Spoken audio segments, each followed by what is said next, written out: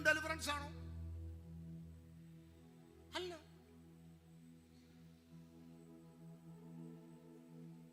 എന്നും അങ്ങ് ഡെലിവറൻസ് ആണോ? അല്ല. കഷ്ടാനുഭവങ്ങളാൽ നമ്മളെ തികഞ്ഞവനാക്കി തീർക്കുന്ന ഒരു ദൈവം. പൗലോസേ, നീയും ശീലാസും പോയി ഒരു ദിവസം പോയി കാരാഗൃഹത്തിൽ വീണല്ലേ? അതെ. എന്തായിരുന്നു അന്നത്തെ ടെസ്റ്റ് മണി? രാത്രിയിൽ ഞങ്ങൾ ആരാധിച്ചുകൊണ്ട് നിൽക്കുമ്പോ കാരാഗൃഹത്തിന്റെ അടിസ്ഥാനങ്ങൾ കുലുങ്ങി, ഞങ്ങളുടെ ചങ്ങലകൾ അഴിഞ്ഞു വീണു, ഞങ്ങൾ പുറത്തു വന്നു.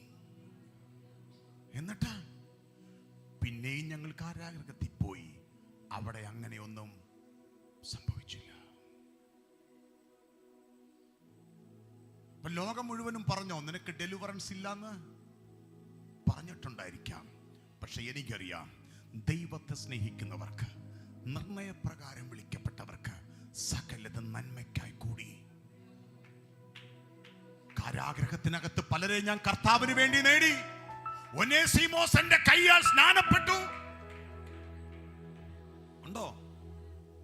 ആദ്യത്തെ ദിവസം ഞാൻ കാരാഗൃഹത്തിന്റെ ചങ്ങല അഴിഞ്ഞ് കാരാഗൃഹ പ്രമാണിയും കുടുംബവും സ്നാനപ്പെട്ടെങ്കിൽ, കാരാഗൃഹത്തിന്റെ അകത്ത് ഞാൻ സഭ തുടങ്ങാൻ വേണ്ടിയിട്ട് ചില ദിവസങ്ങൾ, ചില മാസങ്ങളിൽ കാരാഗൃഹത്തിന്റെ അകത്ത് കിടക്കേണ്ടി. അവിടെ ഞാൻ ഒനേസിമോസിനെ കർത്താവിന് വേണ്ടി തേടി. എന്റെ മുമ്പിൽ കാവൽ നിൽക്കുന്ന പടയാളികളെ പോലും കർത്താവിലേക്ക് തിരിക്കാൻ എനിക്ക് പറ്റി. അവിടെ കിടന്ന് ഞാൻ എഴുതി, ദൈവത്തെ സ്നേഹിക്കുന്നവർക്ക്, നിർണയപ്രകാരം വിളിക്കപ്പെട്ടവർക്ക് കാരാഗ്രഹമാണേലും അത് നന്മയ്ക്കായി കൂടി. ഇന്നിന്റെ പ്രതിസന്ധിയും, ഇന്നിന്റെ രോഗവും, ഇന്നിന്റെ കഷ്ടതയും, ഇന്ന് അനുഭവിക്കുന്ന ഒറ്റപ്പെടലുകളും നന്മയാക്കി മാറ്റുന്ന ഒരു ദൈവത്തിന്റെ അടുക്കൽ